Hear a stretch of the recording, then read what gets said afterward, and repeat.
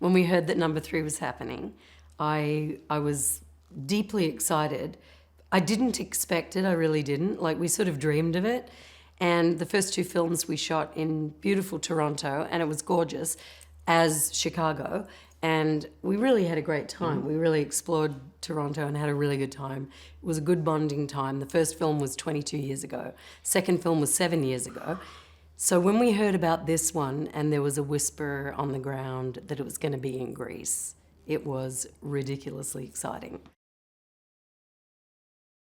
I've only been to Greece a very small portion at a time back in the day with NSYNC. It was in Crete, actually. So we never got a chance to see any. I've never been to Mykonos. I still haven't been there yet. But to be in Athens and then to be here in Corfu where we were shooting is freaking awesome. You know, it was one of those things because for me, when I was with the group, it was like 1 or 2 days you're in and you're out. Here I'm here for a couple of weeks.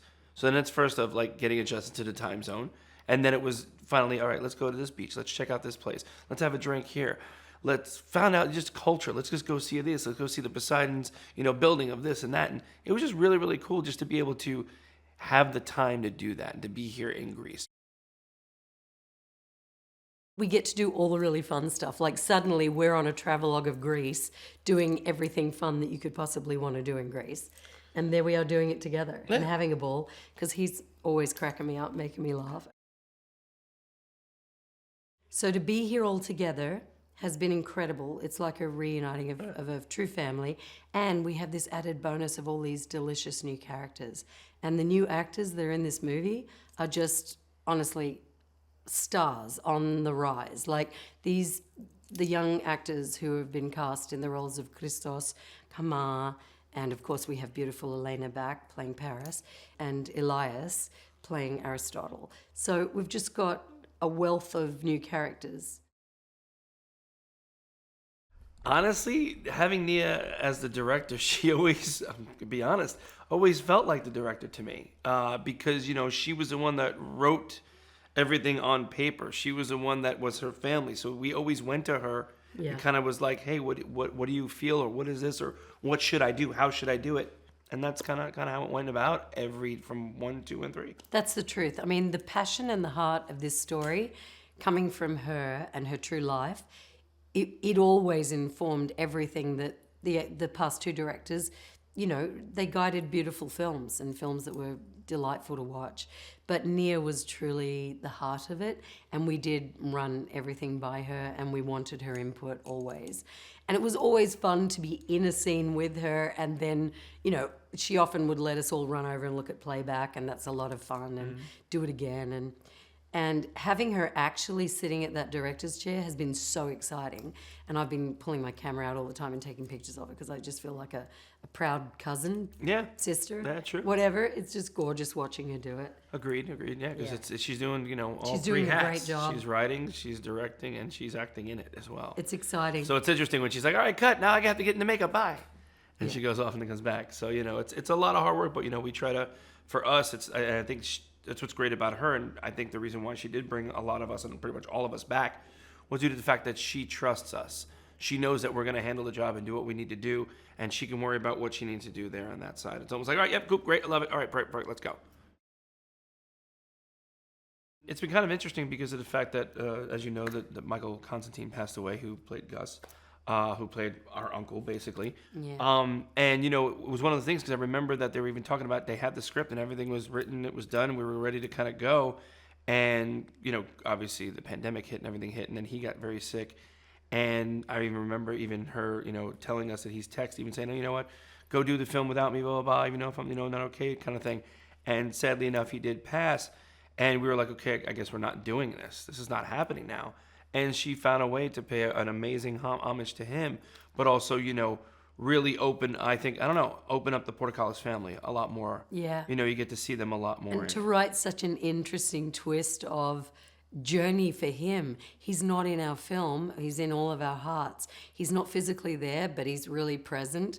And because of the delicious twist in his life, to give him that kind of exciting, unexpected background, we all feel him, and even some people get to say, there you go. Mm-hmm. Like, so characters get to actually have lines. So we feel his energy, and he's in the story. And now it's on my leg. Yeah. Oh, yes, Joey Fatone. Okay, Joey has a brand new tattoo. Says, there you go, Gus. There And it you has go. the, Greek flag and Gus. You know, obviously it's part of me. These movies were all a part of me. And he just had that tattoo done in Corfu. Yeah, like 2 days ago. Yeah. Yeah. It's been pretty amazing, the impact that the Portocalis family had on the world, I honestly would say. I mean, it hit home to a lot of different countries, I think, just because you always have the loud uncles or the loud family or, the big whatever wedding it may be, whether it be Italian, Greek, Irish, it doesn't matter. We all have those families that we have that bond, and there's always whatever the tradition is. So true. It could be completely different or whatever religion, but it's always that same connection and bond with the family. And that's kind of what comes And first. I've had people come up to me from Italian background, Indian, everything, and say, I don't care what that is, that it's Greek, that's my family. And they're Pakistani, they're French, they're Jewish, and they relate completely to it. For me, I always wanted to be an actor, but I was with a group in sync. And to be able to audition and be a part of this, kind of thrown in. You'd gone into Playtone, right, to talk to Gary Yeah, about I was just talking about some other stuff with NSYNC, and they happened to be like, well, there's an audition for a movie you might be perfect for because they just need you for a couple of days, but also you look Greek. So I went in, I wrote, read the thing, and they're like, all right, we'll let you know in a couple of weeks, and they called me back. I was like, oh my gosh. So, coming there and into Toronto and meeting Gia and Nia and everybody, it was one of those things where, here's your family. Let's act. Let's perform.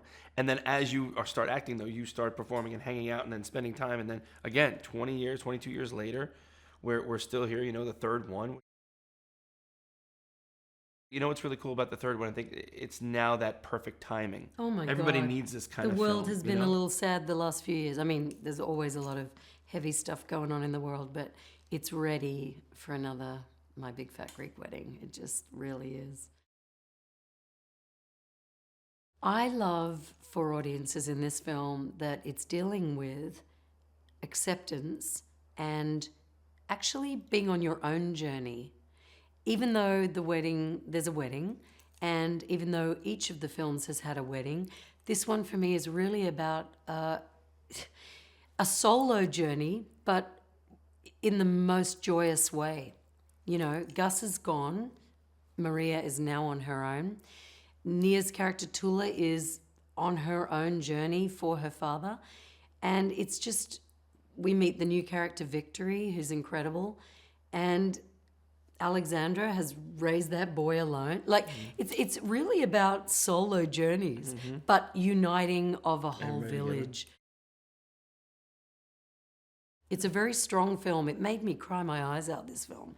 I don't know if I'm more emotional at my age now than I was 22 years ago. I cry when I read a Hallmark card, so yeah. Yeah, right. it really touched me, this one. It really touched me. Again, it's extraordinarily deep. It's exciting because you're also getting to see into the Portocalis family. Like you said, we're actually going to roots now. We're going to their hometown, their land. We're going back.